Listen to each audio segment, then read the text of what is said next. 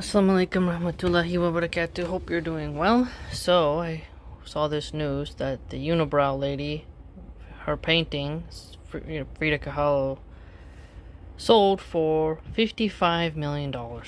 And it's disgusting how it's framed as great since she was a woman. Now, she's a popular icon amongst some women. I'm not super familiar with who she is on her deep biography, but I find it absolutely repulsive that a painting is worth this much. There's a piece of me that wishes I could just take it and burn it if I had that kind of money. And I'm starting to realize there's a hatred of the wealthy for a reason. And I know this might sound cliche, but when you look at just the extreme poverty of Palestine, you look at countless children across the world who don't have access to clean water, no shoes, I begin to understand why Judgment Day is going to be just a rectification of justice. And I'm not saying that these wealthy people don't donate to charities, but let's be honest, more and more of these charities are getting busted, not actually spending the money on the cause, but paying into the bureaucracy and the politics of their organization and just hoarding that wealth that was invested to them. Just think about how Brother Haji has really covered all the Gaza charities. And when we know now that the aid isn't getting in, and these places are just sitting on all that cash that's been given to them from the Ummah, from the Muslim community, you're like, and also from Christians, a lot of people have donated to Palestine, and it's just not getting in. You're like, wow. So, what's being done with that money? And with all the money that's been donated, it should be nice over there. But I digress. The point is that just, man, I can't imagine someone having that kind of money and thinking to buy a stupid painting.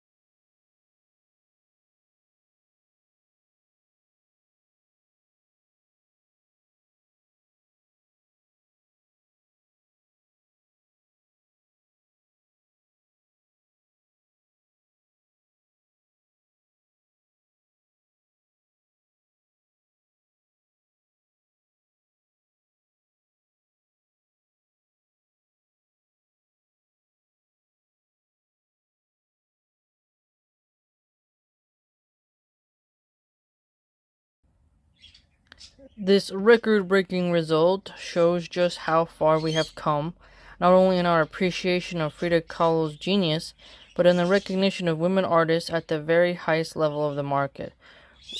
That's a disgusting thing to just even say out loud. Just how far we've come, I'd say we've gone into the pits of hell. Imagine, you're on the Titanic. You're sinking. You only need the necessary things. Is this stupid painting gonna be with you? You're starving. You're gonna eat it? You're gonna burn it to stay warm. Art. If you are an artist, because I love painting, I think you should give things away for free. You should paint for the sake of it. And once your art is selling for these heinous prices, that's just an injustice. It's an attack on sanity, common decency. You should make very little profit from your art. Especially now when AI is doing so much better. And literally for free. And most artists are really not that great, and they just add on mystery to their paintings. When, to me, this just looks like something a kindergartner could do. There's nothing special about it. Even when you read about what the painting's about, I'm just not impressed at all with this. I know art is subjective, but I don't see anything notable about this at all. AI literally does better. I've seen better graphics in a video game. This is not worth that kind of money. In this article, Zachary writes, an enigmatic self-portrait by Frida Kahlo set a public auction record for the Mexican artist when it sold for $55 million with fees on Thursday evening during Sotheby's auction of surrealist art in Manhattan after 4 minutes of spirited bidding. 4 minutes. 4 damn minutes. Someone decided to spend $55 million. Unbelievable. And yet, look how much poverty there is. What would I do with $55 million? You would imagine the architect projects I'd put in, how many masjids, how many water wells. Money does corrupt. It really does change you and make you, I think, an evil person. Some say it reveals who you really are. But 4 minutes, someone has that impulse, like so little impulse control. Well, they're just like, yeah, let's just drop this kind of cash. Do you understand how rich they have to be able to afford that? Meanwhile, how many Americans are like, I don't know if I can order some food on DoorDash? And you have people paying with their groceries with Klarna, which is like a pay-as-you-go type of thing. Like it's kind of like a credit thing. Like you buy it and then you slowly pay it back. And this wicked billionaire is spending that kind of money on some piece of paper attached to a board to hang up. Where does this person even live? In some, like, castle? Disgusting. The painting of the artist asleep in a canopy bed with a papier-mâché skeleton smiling overhead was created in 1940, a turbulent year in the chaotic life of Kahlo, who rarely found peace between a rocky marriage and a chronic pain from injuries. She called it El Sueño, la cama, or the dream, the bed, bringing the artist's preoccupation with the border between sleep and death into focus. Cool. Alright. Yeah, humans painted then. I can ask AI to make a better image. And the reason why I'm saying this is that we have free technology that creates instant art. And a folks artist who is like in tune with just what art is in and of itself. Looking at that, you're like, nah, this is money laundering. This is how the rich piss on the heads of the poor people. Here we also got to see that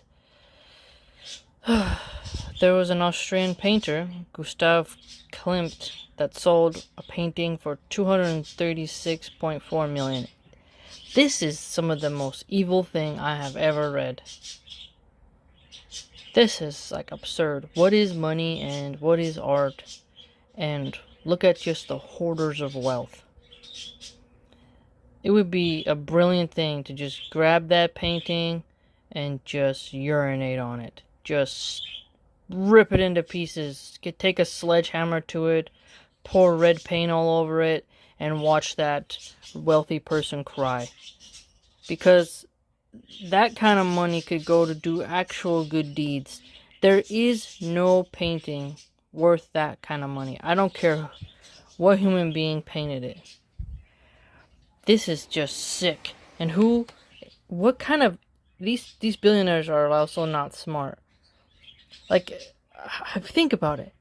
You're gonna drop that kind of cash on a stupid painting because some collectors and some assessors told you that it was worth that much. And this is also just a way in which the wealthy people flex on each other. They flex on how much frivolous and wasteful decadence they can surround themselves with. They like to drop cash on things in order to just be like, yeah, there's a kid somewhere who's just starving and there's some parent crying because they can't afford their kid's cancer treatment. but I'll drop money on this painting. I mean, maybe it's really true that a lot of the most evil people in the world are billionaires, trillionaires, these super elites. Wow. The whole eat the rich thing is starting to take a whole new picture, isn't it? At the beginning of the week, Christie sold $690 million worth of artworks at its 20th century sales. Among them, a $62 million painting by Mark Rothko with vibrant stripes of orange and red. Okay, this is where I sound like a socialist or a communist. Those should be taxed at like 80%, and it all should go to orphanages and whatnot. Some of these people, man, they should be very fearful of Allah subhanahu wa ta'ala. Not too many people in this world got that kind of cash. And the fact that you can drop it like that, on a stupid painting is just so incredibly sad. Now, I'm not telling you to trust Grok. Grok lies a lot, contradicts itself, will say different answers depending on how many times you ask. So, that should be noted. But I did ask it about this purchase in general because, I mean, it doesn't have an incentive to lie. Loves to lie about Islam and geopolitics and what a woman is, but hopefully it doesn't lie about this as well. Now, who paid for it? The buyer was an anonymous private collector who engaged in a 5-minute bidding war against another unidentified bidder. Auction houses like Sotheby's routinely protect bidder identities for privacy reasons, and no further details have been disclosed. And there's a reason why they have to be anonymous, because they probably get milk thrown in their face every time they stepped out in public. And then we would know exactly who they are, what they spend their money on, and they probably face a massive boycott. Who gets the money? The proceeds go to the seller, an unnamed private collector who consigned the work to the auction. The painting was previously owned by Neshui Ertegun, who acquired it at Sotheby's in 1980 for $51,000. Wow. Huge cash. And has since, he made a huge profit. From 51,000 to 55 million. Whoa. And has since passed through private hands, and current seller is a descendant or estate representative in that chain. Sotheby's retains its standard buyer premium, about 12%, on the hammer price here, included in the 54 million total. But Kahlo's works are protected as cultural monuments in Mexico, which limits their export. Ridiculous that it has to be that important, and where people just decide, you know what, let's just drop this kind of mad cash on some pieces of paper put together. It's disgusting. I then asked, so one person gets 55 mil, right? Grok writes, not exactly 55 million in one person's pocket. Here's exactly the breakdown. The final price paid by the buyer was 54.7 million, includes the hammer price, the buyer's premium that Sotheby charges the buyer. The hammer price is what the auctioneer's gavel fell at, was 47 million. Sotheby keeps the buyer's premium, roughly 12 to 14% on amounts over 4 million. So about 7.5 million in this case. That money goes to the auction house. Think of that. The auction house gets that kind of cut. What a world. There's someone right now who's working in a meat processing plant who does more for humanity than this stupid auction house. The seller, the anonymous private collector who owned the painting, receives the hammer price of 47 million minus, and then the 5 million for the Sotheby's seller's commission, shipping, all that. But think about that. So the seller is gonna get 47 million for a stupid painting. Wow. This is shocking, truly. And so it keeps giving different estimates, 41 mil, 38 mil. We don't exactly know.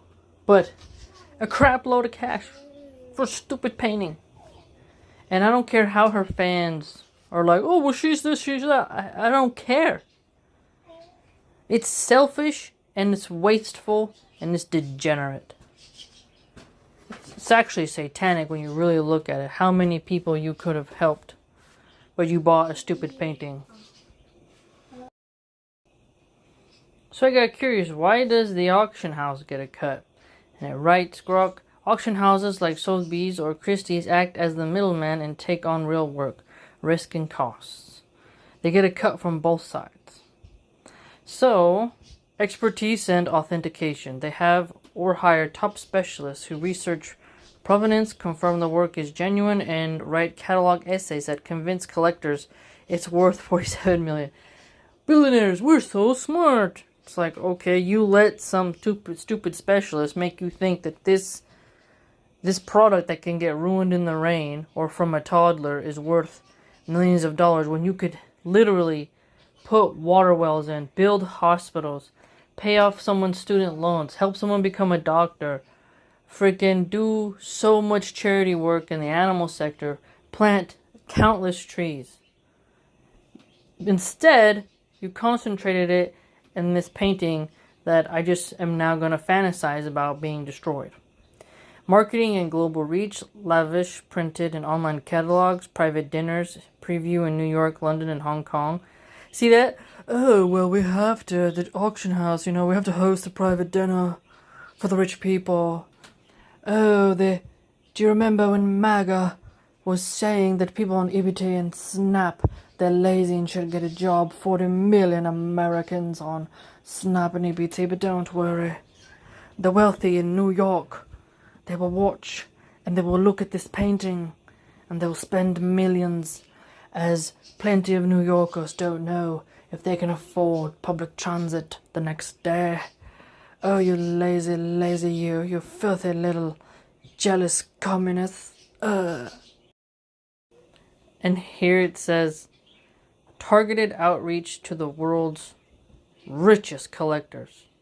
That's pretty. They're like, oh, well, we have to make this money because we go around bothering rich people to waste their money. We need our money too. It's hard work hosting dinners and bothering people to buy stuff. The wealthy from London, Hong Kong, and New York. Guarantees and financial risk. Very often, and likely in this case, the auction house gave the seller an irrevocable guarantee. A secret minimum price they promise to pay even if the bidding is weak. If the painting had sold for only $20 million, Sotheby would have eaten the loss.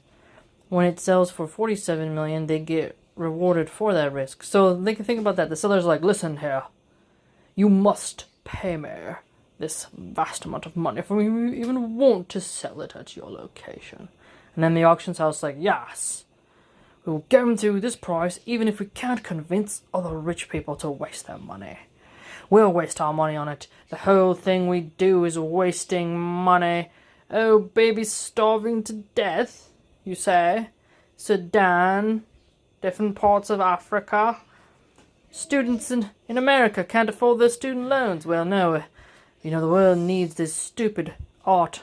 Yes, that's more important. Logistics and insurance, secure transport, climate. Think of like a movie. They should make a movie where someone does an art heist of it. Maybe if I knew how to use AI, I would make like a heist of somebody like grabbing it and just like stomping on it and pouring corn, like creamed corn on it and some guacamole, make a little fruit salad and they're just smearing it all over the painting so it gets destroyed. So how do they get paid? Double tip model. Buyer's premium paid by the buyer on top of the hammer price. 14% on amounts over $4 million. On this sale, roughly $7.5 million straight to Sotheby's. Seller's commission. Wow, even the seller gets a commission deducted from the hammer price, usually 10%, sometimes less for trophy lots. Whew, another $4 to $5 million from the seller. So, for this one painting, Sotheby probably pocketed 11 to 13 million total. Wow. I hate how Grok talks right here. It makes me want to punch it. It says, "Ugh. In short, they're not just holding a yard sale with a gavel. They're running a high-stakes, high-touch global marketplace. And the cut is their profit for making the deal happen." Retarded. So not only is Grok an anti-Muslim app, but it's also a snobby, bourgeoisie, billionaire bootlicking program. And here I asked, like, hey, so if they can afford this kind of wasteful spending, that they're gonna be someone rich with some high net worth, and Grok was like, it isn't wasteful to the ultra wealthy. And I'm thinking, like, what? The bourgeoisie, filthy elitist app. Grok writes, it's often a mix of passion, status, and tax strategy, and portfolio diversification. So notice this. Well, it's not wasteful because they have a passion for it. Excuse me? It's not wasteful because it's portfolio diversification. There are a lot of things that the money could go to. I know I keep reiterating that, but when you just look at the shocking amount of deforestation, even family farms like those farmers in Arkansas who are going under, the amount of good deeds and life-changing stuff you could do with 50 mil is a lot. I mean, just think about all the little kids you could get shoes for, you could get clothing, backpacks. How many people's education you could pay for? Let's say there's someone who wants to be a heart surgeon, brain surgeon, someone who want to work in pediatrics. You pay their education so they're not in debt, and it, like, you're gonna raise the middle class, you know. But nah, just spending money on this stupid painting. Ridiculous.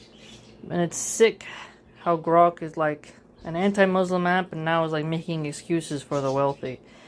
Oh, it's a tax strategy, therefore it's not wasteful. Oh, you can use it to status flex on other people, on the poor, so therefore it's not wasteful. Can you eat this painting? No, right? And a tornado comes, or flood, is this something that you're going to need to rescue you?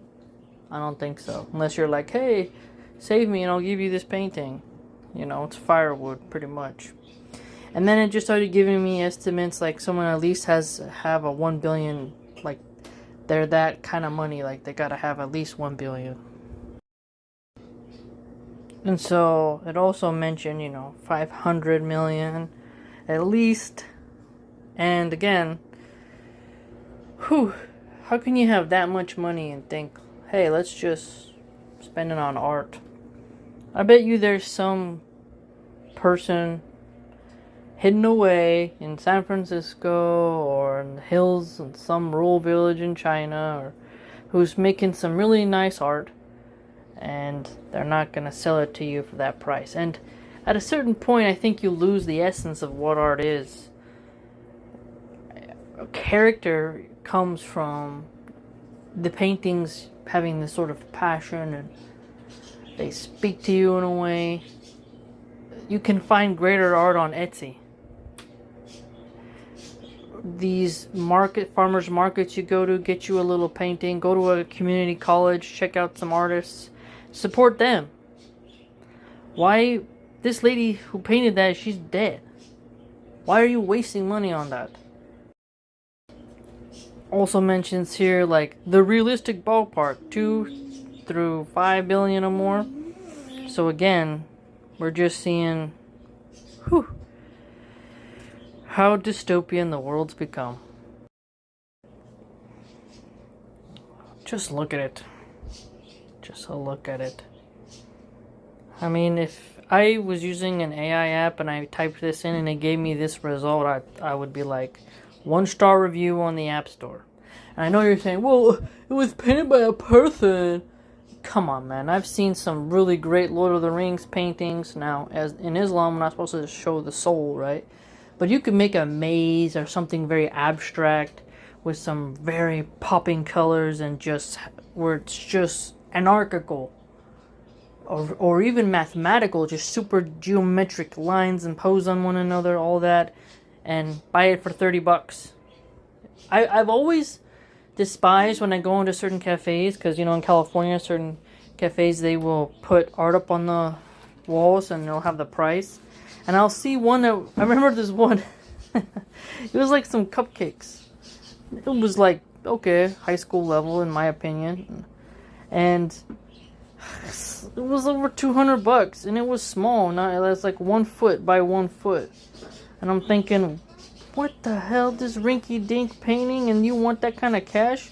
How many hours does someone have to work on minimum wage? And then there it is. Oh, art is not supposed to be for the common person. It's supposed to be a signature of wealth. But then when you go to resell it, you usually ain't gonna get that money back. When I painted stuff, and I'm not the best painter in the world, had to get rid of my Etsy shop because when I got hacked, they hacked my Etsy shop, so I deleted it. And I haven't painted anything because when I was pregnant, too tired, then raised my baby. Still raising her, but she was small, high maintenance, didn't have time. Now I got pregnant and then I had another baby. Just ain't got no time to even sleep, let alone... Yes, it's a baby, yeah. And I just don't have the time to paint. But when I did sell stuff, I would do like paintings, and then I would make it small so that it could actually fit in someone's mailbox. I would do 8 by 12, stuff like that, and do paintings that can go in a nursery, stuff like that. I didn't really charge that much. It was like maybe $10-20, because it was cathartic for me, and I'd get happy that someone bought it. I wasn't trying to go to some smug area and be like, look, I sold a painting for $400. Then you're never going to sell it. It just sits there collecting dust, when if you lowered the price, it would be hung up and someone could be enjoying it. You want people to enjoy your art. And you're an artist once you sell your first painting, I'd argue. Now, some would argue, even if you don't sell anything, you're still an artist. But still, once you have sold your very first painting, you get your little title of artist. And the world could be much more beautiful if people painted stuff. Think about how some hospitals, they could use some really good art, but they got those weird type of strange cold commercial types of artworks up on their walls. You're just like, oh, this is a nightmare. So, and then, there's murals and stuff. I'm not into the murals and graffiti murals, not my style. But you do notice that people now more and more are putting art publicly, and I don't like spray can style painting, but people are doing it. For me, I like acrylic. Maybe one day learn about oil paintings. Watercolor is pretty when it's done right. But essentially, in the age of AI, where you can really just have fun with it, and it can create these images that are so crisp. I do impressionist style paintings, but AI can do impressionist style paintings.